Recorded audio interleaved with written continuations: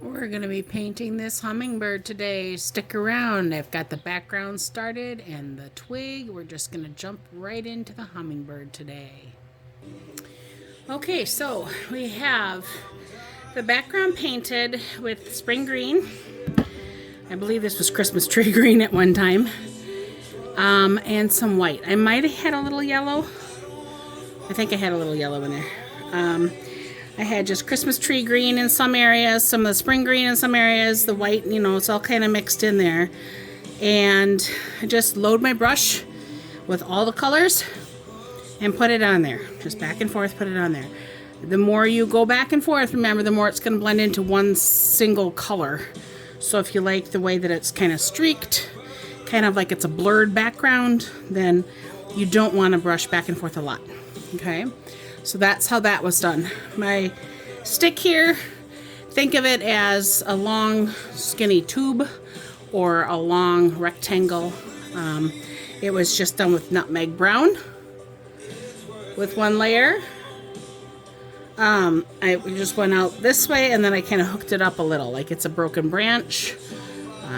Branches typically kind of, travel up and they V out when another one comes out. And then I put some burnt umber on there, some just lines of it to make it look like there was bark. Okay. And then I put a little bud on here. Now the bud is the same green as the background, a little brown around it like it's kind of just coming off of the branch. And I added a little more white and a little hint of pink in there just to make it look like the flower was about to open. All right, next step. We're going to draw in the hummingbird. So in order to do that, let's look at reference image one more time. We have a couple of shapes here. All right, the head is round, right?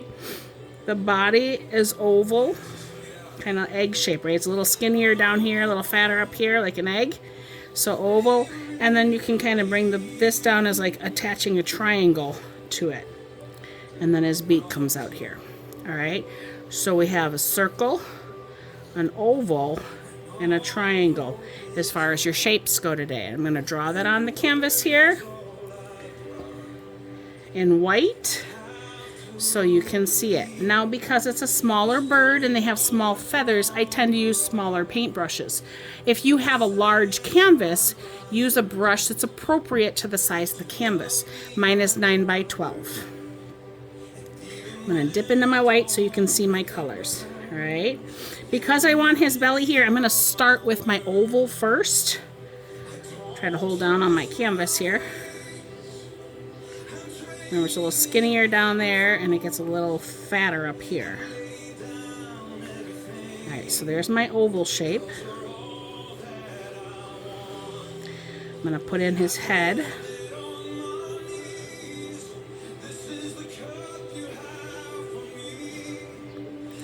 And I'll put in his tail so you can see all the shapes.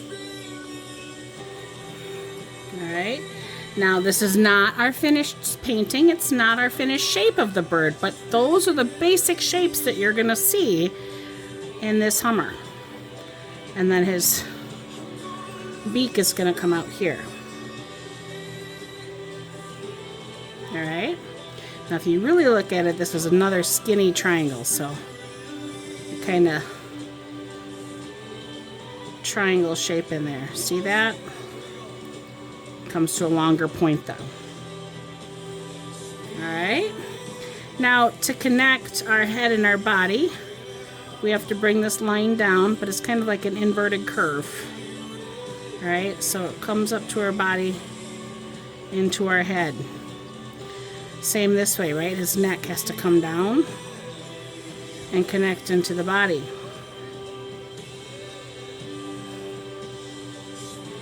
He has a wing back here, so I'm going to bring this out just a little bit further on this side and bring it down to a point. And I'm going to bring that point back up. This is going to be where one of his wings are.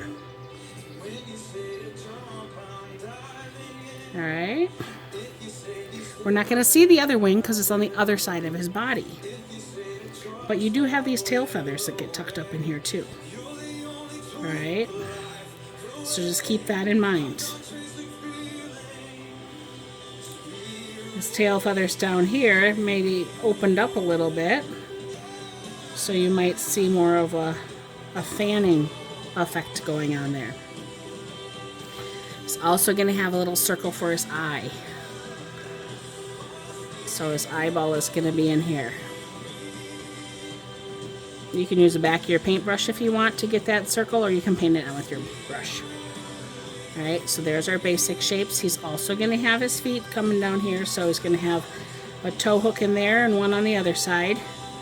He's going to have a toe here, and his back claw is going to be hooking there. That's our basic shape. Now we're just going to go into having some fun coloring it. Now, the image that I have here is like a photoshopped image.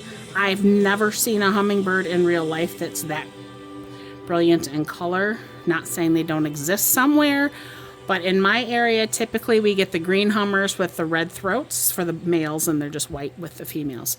So they're little tiny little guys. They've got kind of an iridescent green. I have a green background. I don't want to paint them green, so I'm going to have them more of the blues and the purples and the pinks and things, just like we have here in our example. Alright, so if you followed around with me with the white paint first, you might want to wait for that to dry or hit it with a hair dryer. I'll be right back. Okay, so I've got our hummingbird outline dried. I've got my coffee handy so I can have a sip of coffee. And just because we have our big buddy of water too. We're quite thirsty out here some days. Especially after drinking a lot of coffee. Okay, so I'm just going to go in with some color right now. And again, I'm going to use those smaller paint brushes. The one I outlined here with was a round number 2, I believe. Again, like most paint brushes, mine are kind of covered up with paint, but I believe that's what's under this right here. Yep, it's a number 2. But I also have a little detail brush. I believe it's a 0 or a 00. This one...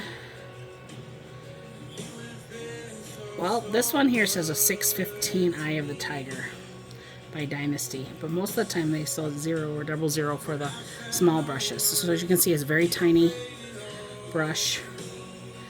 I like to use that for like little details in the eyes. I'm going to move my chair in.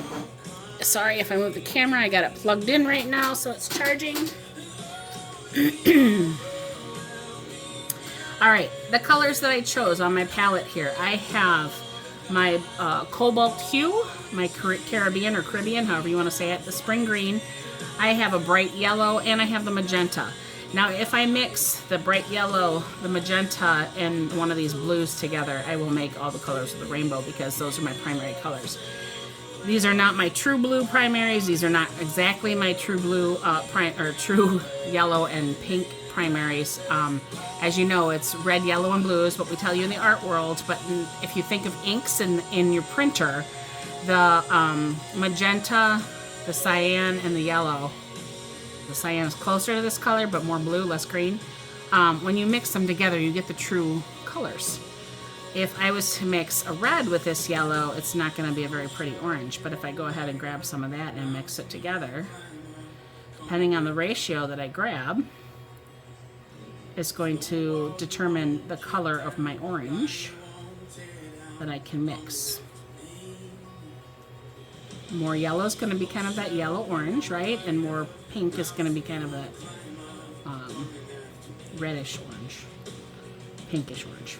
So that's that. I'll quickly show you how it looks with blues, so you can kind of decide if you want to start exploring into this kind of mixing rather than just buying the colors straight from the bottle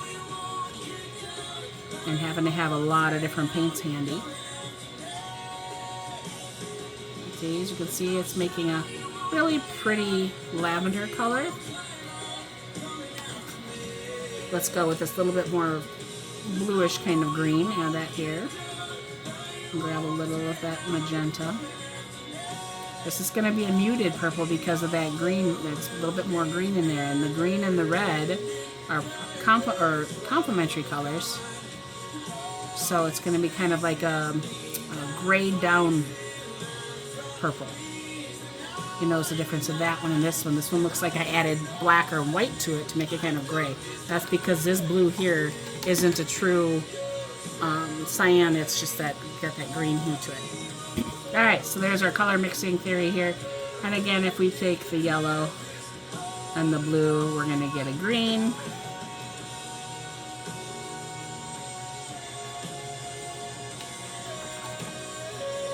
And if we mix a little bit of this yellow with this blue, we get closer to that spring green color. But still a much different, I mean, I can grab a little bit more. A much different color than that one there. If I grab a little of this blue and mix that in there too,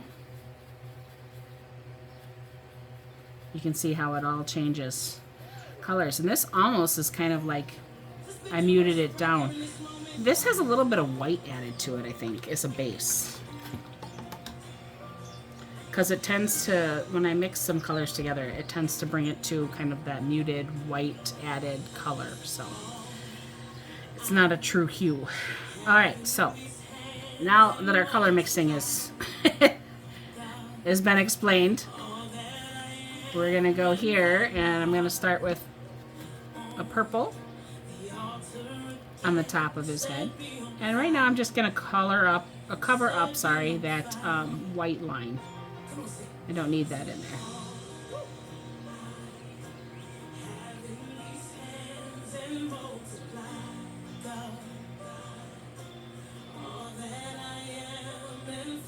Now, because I have my background still green, I didn't fill the whole bird in with white. You are going to have different, look to your Hummer. So whatever background color you put, it's going to change the color of the bird as you're playing them on top. Okay?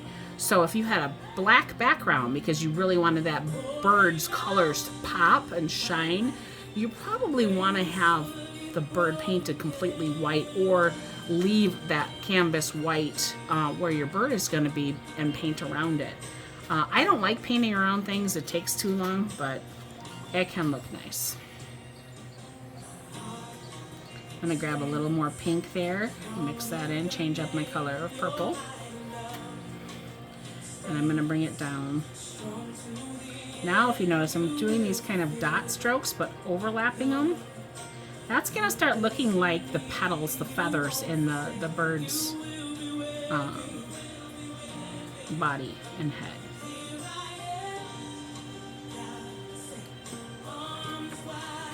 I'm going to go into this lighter blue or purple color that we mixed up. And I'm going to do that through here too. Whatever color I mix up on my plate, I like to try to use somewhere because, we're using all of these colors, so it's okay to kind of experiment and explore and see what they make on their own or together. And then you can leave some spaces in between sometimes, and you'll see those different undertones. It'll just start to look more realistic. I'm going to go around my eye.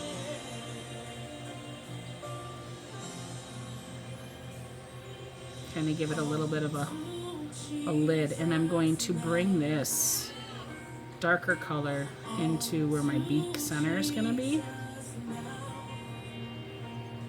Not going to go crazy with it yet, but I just want to start laying that foundation. I'm going to put some of this bluish purple in as well. And I'm going to go into the straight blue. And I'm going to go ahead and cover up some of this white line over here. And go all the way down into his feather a little bit. Or his wing, rather. They're all feathers.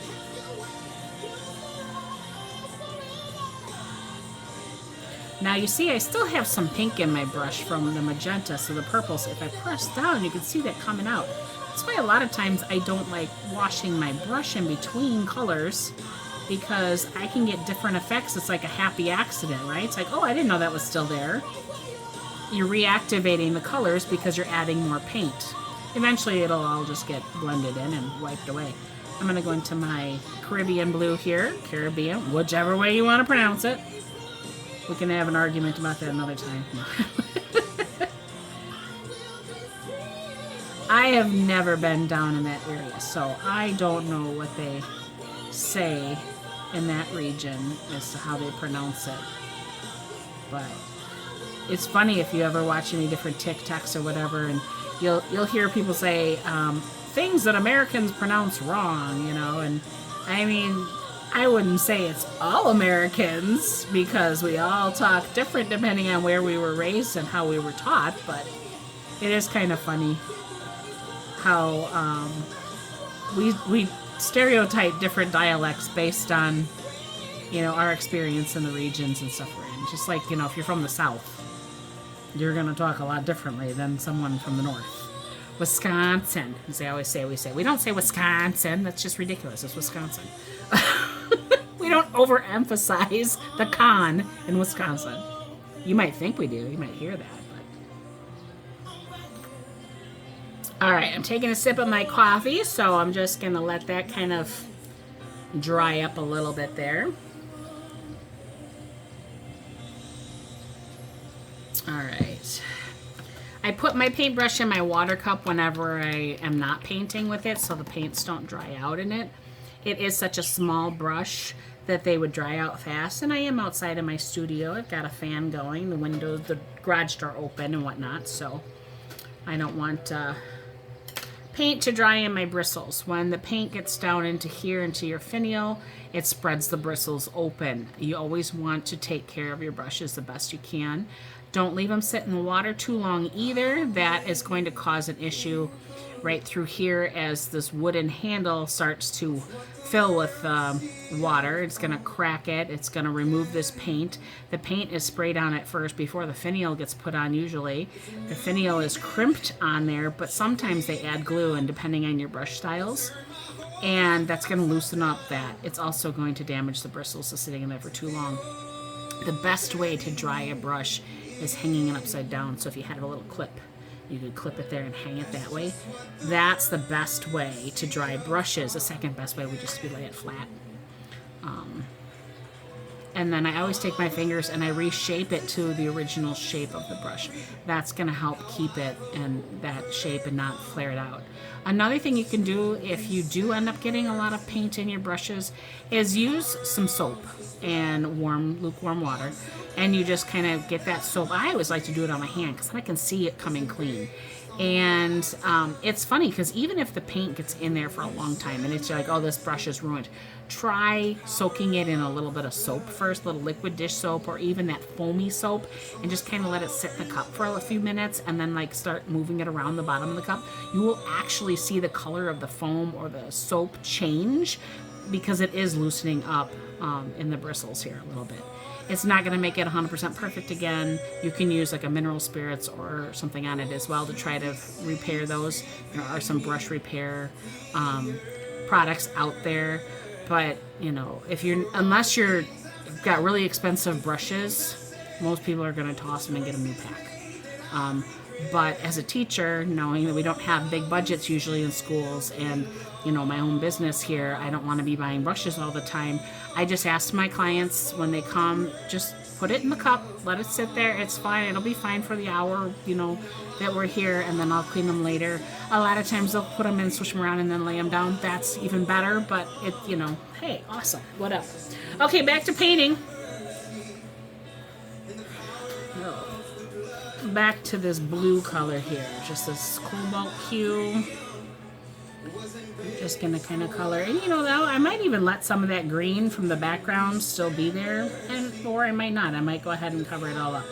So if I wanted to, I could make bigger strokes, right? We could cover up the background a lot faster this way. And cover up that white. That's fine if you want to get rid of it quickly. Maybe you're an impatient painter like I always have used to be and sometimes still am.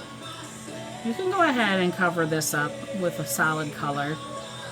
It's just, like I said, it's going to look more realistic if you can take some smaller strokes and think about how they lay on the bird. Like, these feathers are going to be laying down this way, right? And as you go over here, they're going to be laying in a different direction. So keep that in mind as you're painting. The brush stroke direction on the head, it's going to curve around with the head like that. As it comes down back here, it's not going to be going in this direction anymore like it was up here.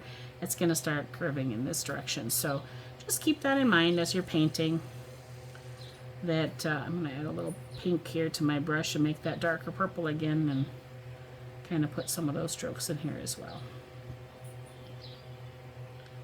You can always add some white to your brush if you want to kind of make it a little lighter. I'm going to leave some of that light around his eye still showing, because that's going to end up making it look a little bit better later.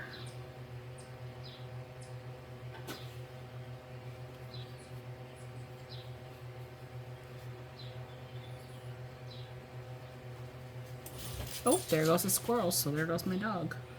He's like, hey, Mom, why isn't it running around and playing with me anymore? As she catches him. She has only caught one squirrel. She has a tendency of catching the chipmunks, but she's only caught one squirrel. I'm going to brighten that up above his eye a little bit more again. And I'm going to come down into the bird here, so I'm just going to dip into that light Caribbean blue again. And down here, I feel like his feathers are going to be larger, so it's okay to have a little bit longer brush strokes instead of going so tiny and dainty.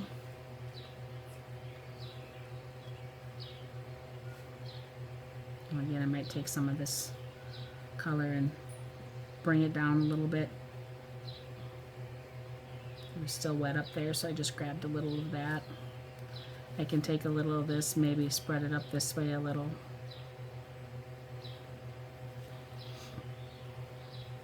I go into the green slightly over here. Now see, this is going to start looking a lot like the background, so you have to be careful if you're using any of the same colors in the bird that you used in the background, because we want it to stand out. We don't want it to disappear into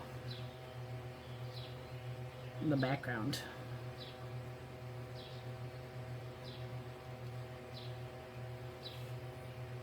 I'm going to go ahead and fill in this wing with this color here. Maybe a little bit more up through here. Just kind of squish it out of my paintbrush. I'm going to come back in with some of that green and yellow. I almost put my paintbrush in my coffee cup. So if you're drinking a beverage of any kind when you're painting, make sure you distinguish between your workspace and your coffee or beverage space. I'm going to put my coffee over there on that side, because I'm right-handed and I'll have less tendency of putting my coffee in my paint, or my paintbrush in my coffee cup. Okay, so I'm going to go ahead and grab that sea green, spring green, and some of that yellow, and kind of mix a little pile here on the side, and I'm going to bring it down in here. And I'm going to add some of that down in this area, because I want it to be a little bit lighter down here, like he's got some bright feather. It's down in his wings. So again, I'm just going to color block. That's another thing we like to do sometimes with our paintings, is color block at the areas that you want to be, you know, a certain color. And then you can go back in and fill in other colors later. I'm going to take some of the white and this Caribbean blue, and I'm going to lighten it up a little. I'm going to have kind of like this light blue, greenish color around his belly. So this is going to be like under his wing here, or his tail feathers, or wherever this part is on his body. So I'm going to kind of color block that in real quick.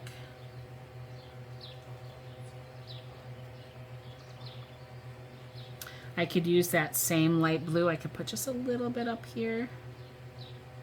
Just kind of like a highlight. We could put a couple back here. Just really take that, whatever color you're mixing up, and try putting it someplace else on your bird. I'm going to have some more feathers going up this way later. We're going to readjust his head slightly, but, you know, so that it doesn't look like you just plopped one color one place and that's the last place you touched. So just kind of keep that in mind. Move your paintbrush around. Sometimes I like to just clean it out in an area. Alright, this is going to be whiter, so I'm just going to grab white on my brush now. I still have the blue in, I didn't clean it out. So as I'm pressing down, it's going to kind of mix in that lighter blue. Bring that up a little bit into his chest.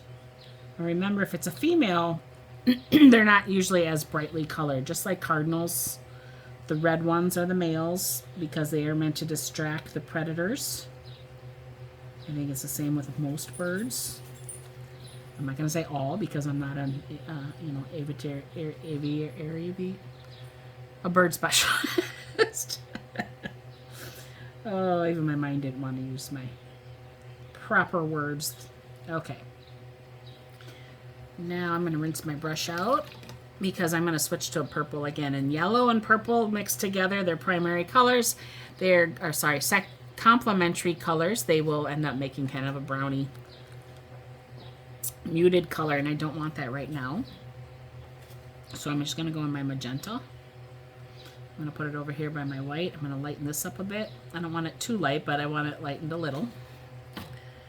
And I'm going to start painting color blocking in down here.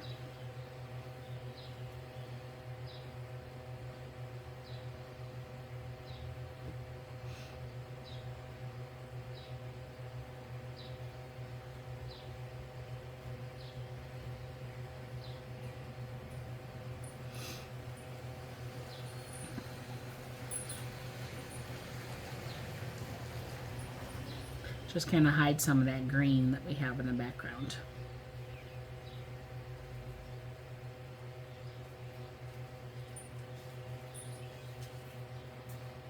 And now I'm going to grab some blue and I'm going to mix up the purple. Now I grab the darker of the two blues because I still have white on my paintbrush, so it's going to kind of lighten it up a little. I'm going to go ahead and block in more of this here.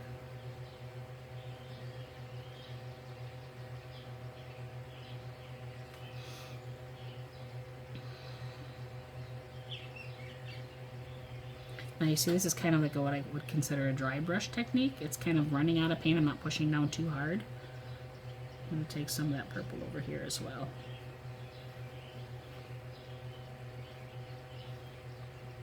Maybe a little bit back here.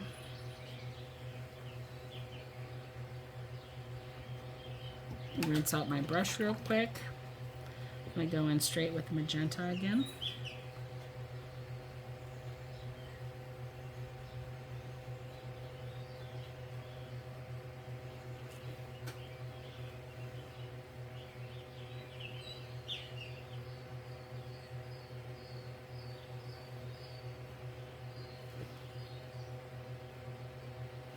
Finish covering up that white outline there.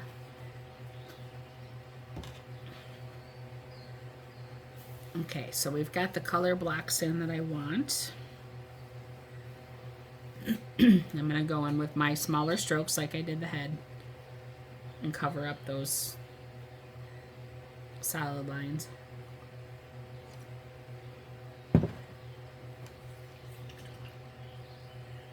All right, so I want to blend the yellow and that Caribbean blue together, right? So I'm just going to go ahead and I'm just going to do some longer strokes, but still, you know, the strokes.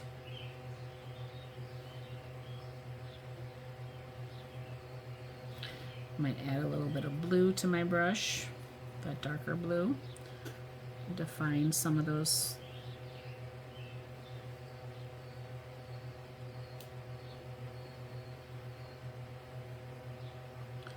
strokes a little bit. There we go.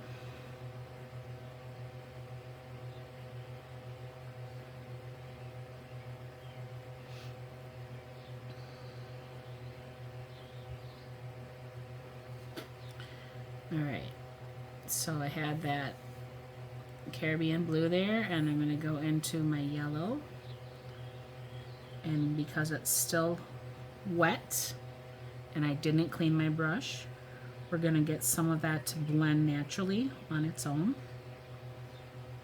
as it mixes on my canvas. And that's just going to do that kind of a natural mixy magic happening. People often wonder how I get things to blend so well or whatever. Well, this is the trick. This is it.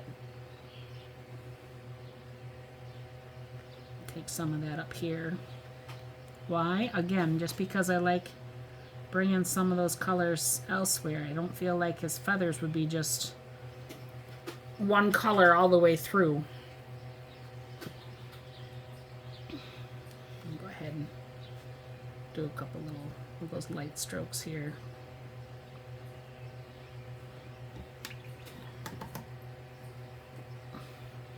I'm going to go into my pink real quick. Now I barely touched my pink into the paint, so it's going to go ahead and pick up the wet yellow, and then we'll start making some oranges.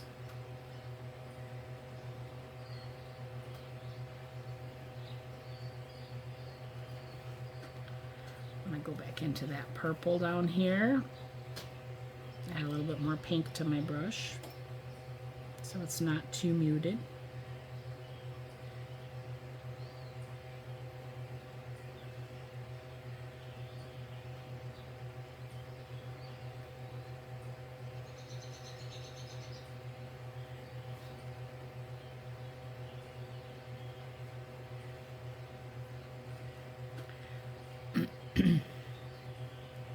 And a little more blue and darken up that purple. I just want to add a couple little darker areas to this one side here.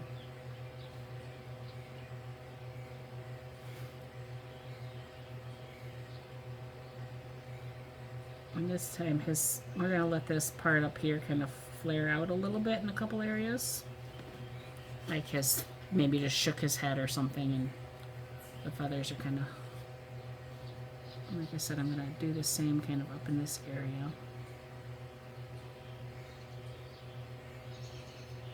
So it's not such a perfect round line there. I'll switch to my smaller brush, that itty bitty guy.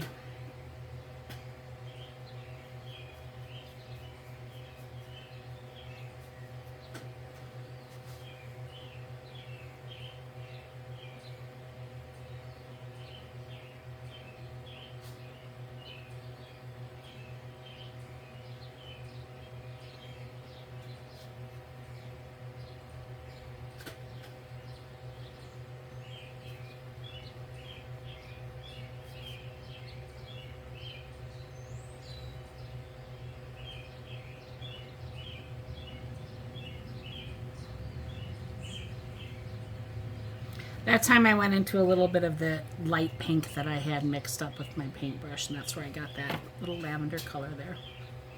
I'm going to take that down underneath the eye.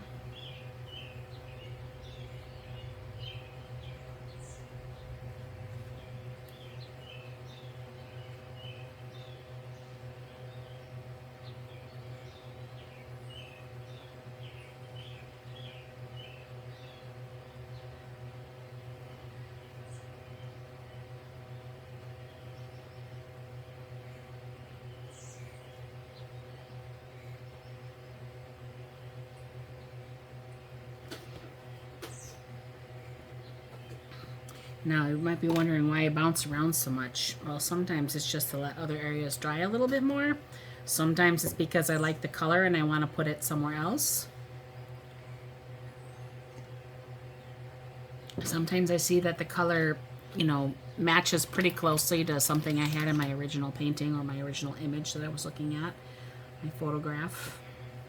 Like I said, this was a photograph that was photoshopped. It's kind of like, you get used to seeing what AI looks like. You can kind of tell the difference between a real photo and a digitally altered one. So I went into some of the spring green with my white and that Caribbean blue, this one right here. So I took some of this and I mixed it up right there. That's what I'm getting this color from. And I'm just going to put in some lighter feathers of that color in areas because I want to lighten up some of these areas a little bit, like it's reflective. Because remember, their wings and their bodies are kind of iridescent. At least that's what I've noticed when I look at the hummers around my yard.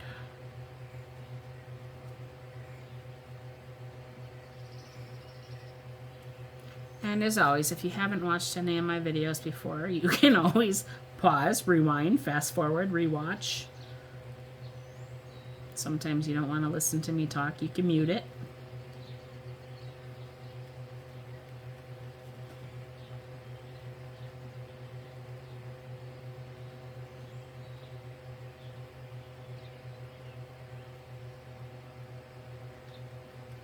Now, as you notice, most of my paintbrush is out of color here. I'm just kind of pushing some around.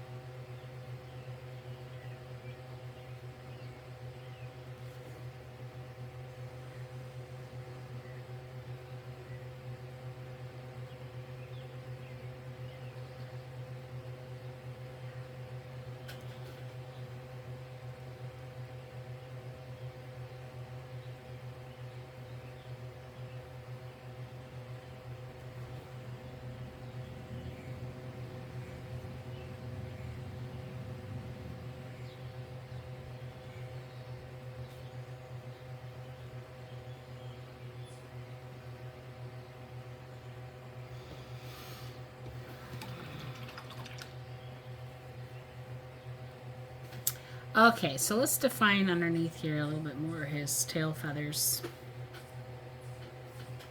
So we're going to kind of come in here to this darker blue, kind of add it to our already dark purple.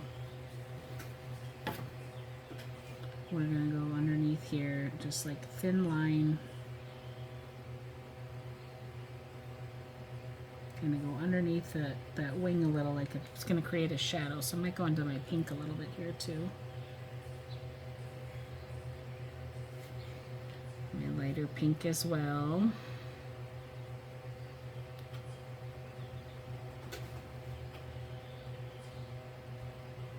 And just draw some long streaks in there to create that division. I go into my pink and my purple pile over here. Add some more pink to it. And I'm going to come in this area here.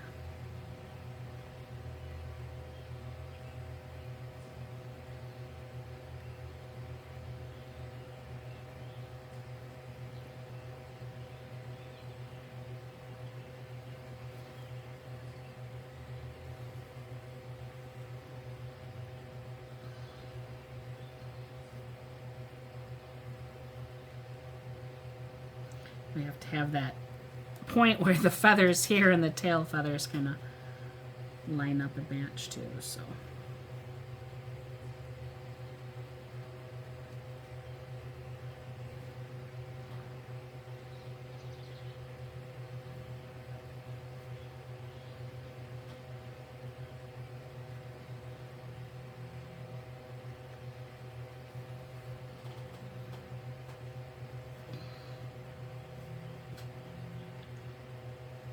Sometimes I'll get my brush wet and just kind of mix it in with my paints, kind of thin it down a little, but also to bring my paintbrush back to a point so I can do some light line work. That's what I just did here.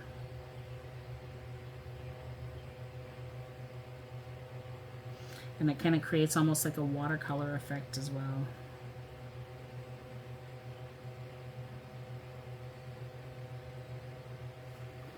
I actually want to bring a little of that yellow and orange down into, so I'm going to mix up some more orange with my pink and my yellow.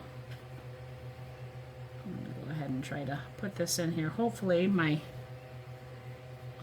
purple is dry enough so it's not going to turn into mud, but we'll see.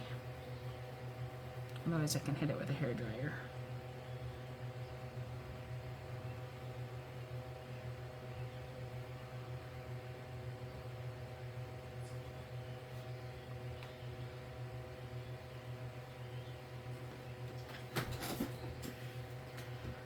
Alright, one last thing I want to do is I want to bring some bright pink back into the tip of his wing.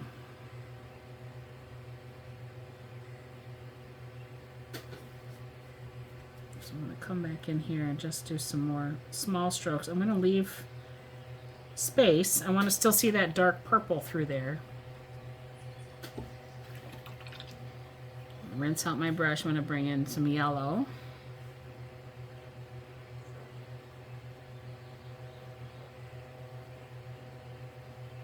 Now in my original painting over here I used red as well, but this time I'm going to leave the red out of it. I'm going to redefine this back part of his wing with some of that straight blue. Just kind of bring out some of those feathers a little bit again so it's not just a straight line.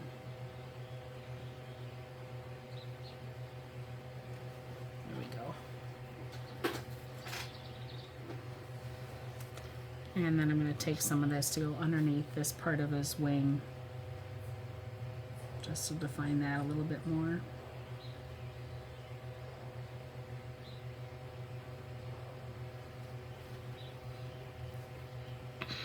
Because really, I mean, you've got like a shoulder almost here. It's like an inner and outer type of a wing thing going on there. I need a little bit of black for the eyeball and the beak, so I'm going to go ahead and give my paint a good shake.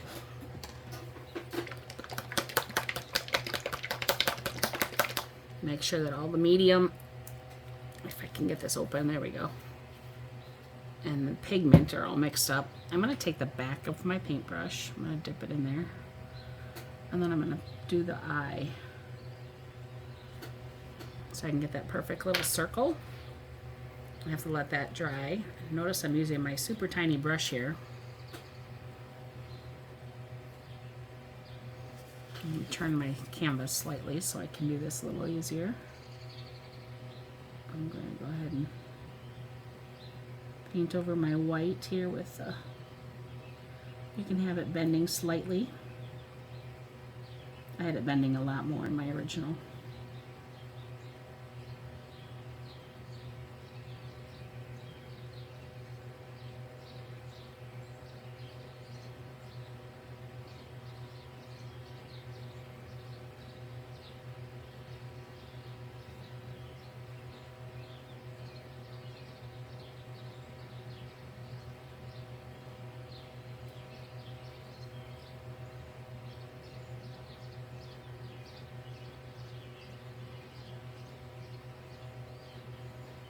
I'm just almost doing like little black strokes, like as if they're feathers, just so that black blends in to the rest of the painting.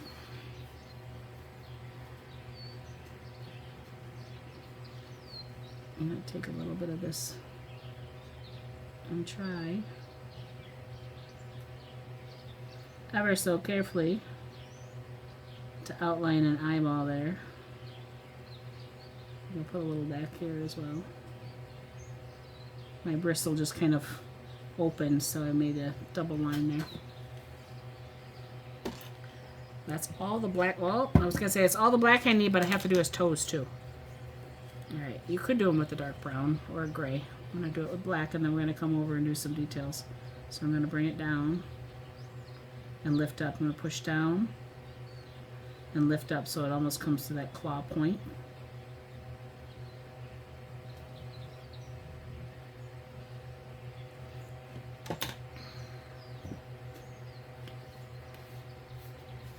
There's no absolute black in nature, so to leave that black would look kind of ridiculous compared to the rest of the painting.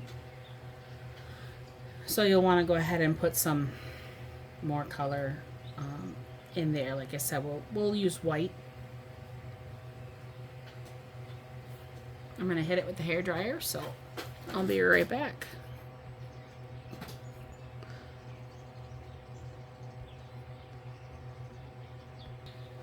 Alright, so to finish up, wash my paintbrush out, grab a little white paint. Might need to get a different brush. This one was flaring out pretty bad. Try twisting it in my hand with some paint on it. That might keep it together for a little bit. Okay, I'm going to put a little dot highlight in its eye. I'm going to take a little of this white and kind of drop it on his nose like the sun is hitting it. Being kind of sporadic with it. And then on his feet down here, I'm just going to kind of pounce my brush almost because the bristles are open. It opened up again. I'll pounce into my paint. I'm going to take some of that paint off of the brush on my plate. I'm going to come back through and do this other foot claw and the back one here. It's not a lot of white because, I mean, they are going to be hidden underneath his body. It's going to be a little brighter towards the top of his feet here on his two front ones. Might be a bit brighter. Those back ones are going to be pretty dark. Alright. I'm going to mix into that light blue, white, add a little bit more up here, kind of flaring out again.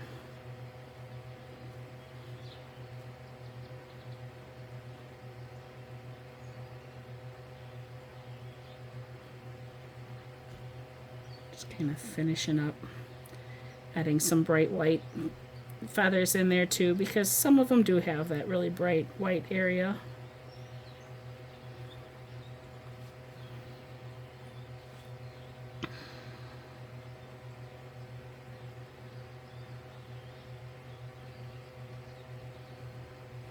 That really didn't do anything there. I'm going to bring some of this white back here.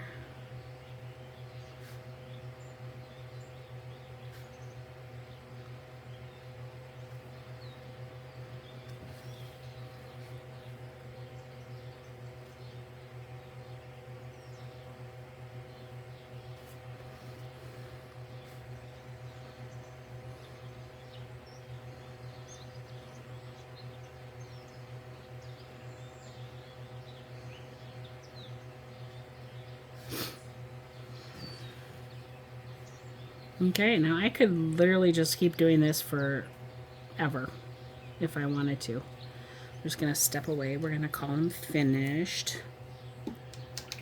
Now let's go ahead and look at the reference photo again. We can see that it's going to look different. Yours will look different than mine. Mine looks different than mine. There's the original. You can see, you know,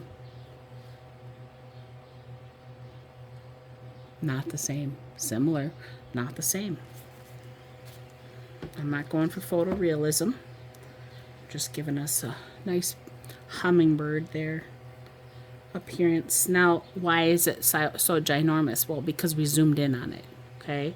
Hummingbirds are yay big, and we made it this big. It's because we're taking a zoomed in image, so keep that in mind. If you wanted to do something different in the background, you could put more twigs more branches, you could have him drinking at a feeder, but then a lot of times he's going to be flying while he's drinking at a feeder. And if you don't know, the hummingbird wings flap forward and backwards at a super fast pace. And so they're eating every few minutes to keep themselves alive. Their heart beating because of that, such that high heartbeat and that high wing speed. They actually go through their blood sugar a lot faster. So in order to continue to have energy and continue to live, they have to feed often. And at nighttime, they will actually hibernate. So they shut their body down and go into a hibernation at night so that they can rest and not have to go and feed every few minutes to stay alive. So fun little fact there for you. So I hope you enjoyed doing this painting. If you have any questions, you can always ask. I'm here to help. So you can reach out to me on my Facebook page, A Glass of Art and More, or you can leave a comment. If the comments are turned on, most likely they are not. But you can always leave a comment on my Facebook page. Thank you and have a blessed day.